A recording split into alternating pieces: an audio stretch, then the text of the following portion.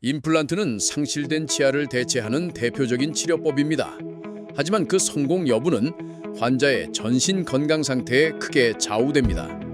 특히 당뇨와 같은 만성 질환은 수술 후 회복과 장기적인 안정성에 직접적인 영향을 미칠 수 있습니다.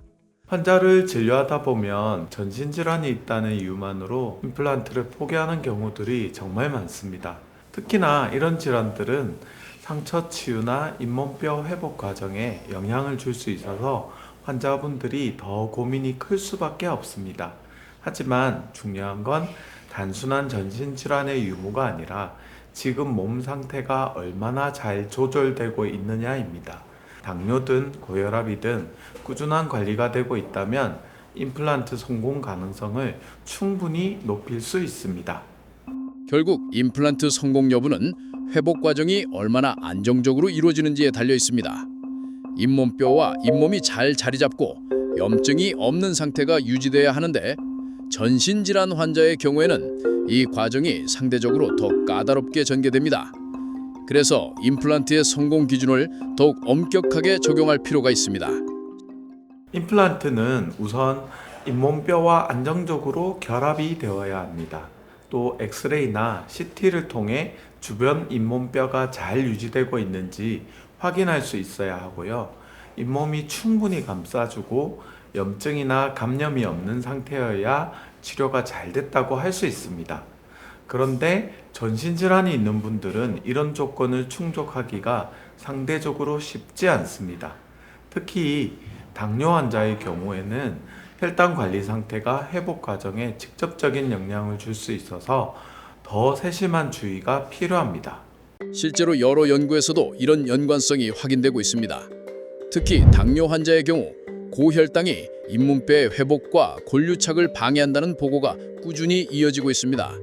또 당뇨와 치주 질환은 서로를 악화시키는 관계에 있다는 점도 잘 알려져 있는데 이 악순환은 결국 임플란트의 장기적인 안정성에도 중요한 영향을 미칩니다. 실제로 당뇨 환자는 상처 회복이 늦고 감염에 쉽게 노출이 됩니다. 혈당이 불안정하면 골유착이 제대로 이루어지지 않아 임플란트가 안정적으로 자리 잡기 어렵습니다. 그래서 임플란트를 계획할 때는 무엇보다 혈당이 얼마나 잘 조절되고 있는지를 먼저 확인하는 것이 중요합니다.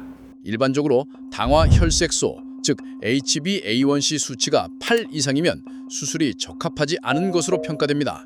실제 연구에서도 수치가 낮을수록 성공률이 높아 6 전후에서는 98에서 99%에 이르지만 9 이상이 되면 잇몸뼈 손실과 염증 위험이 급격히 증가하는 것으로 보고됩니다. 따라서 혈당 조절은 임플란트 성공을 위한 필수적인 전제 조건입니다. 당뇨 환자의 임플란트에서 가장 큰 문제가 바로 이 회복이 늦다는 점이에요. 혈당이 높으면 임플란트가 잇몸뼈에 잘 붙지 않고 잇몸으로 가는 혈류도 줄어서 염증이 생기기 쉽습니다. 그래서 한꺼번에 진행하기보다는 단계를 나눠 천천히 심는 게 훨씬 안전합니다.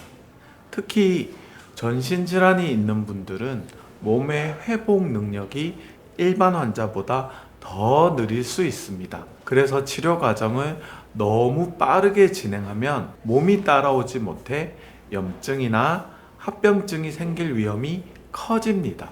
이런 이유로 치료 속도 자체가 결과를 좌우하는 중요한 변수라고 할 수 있습니다. 결국 당뇨 환자의 임플란트 치료는 일반 환자와는 다른 접근이 필요합니다.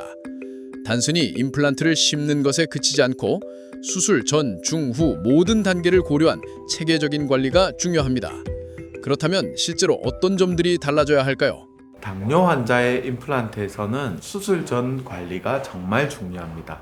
우선 혈당 조절이 잘 되어 있어야 하고 복용 중인 약도 반드시 확인해야 합니다. 혈당이 불안정한 상태에서 수술을 진행하면 회복이 늦어지고 합병증 위험이 커질 수 있기 때문이죠. 또 하나 중요한 건 감염 관리입니다.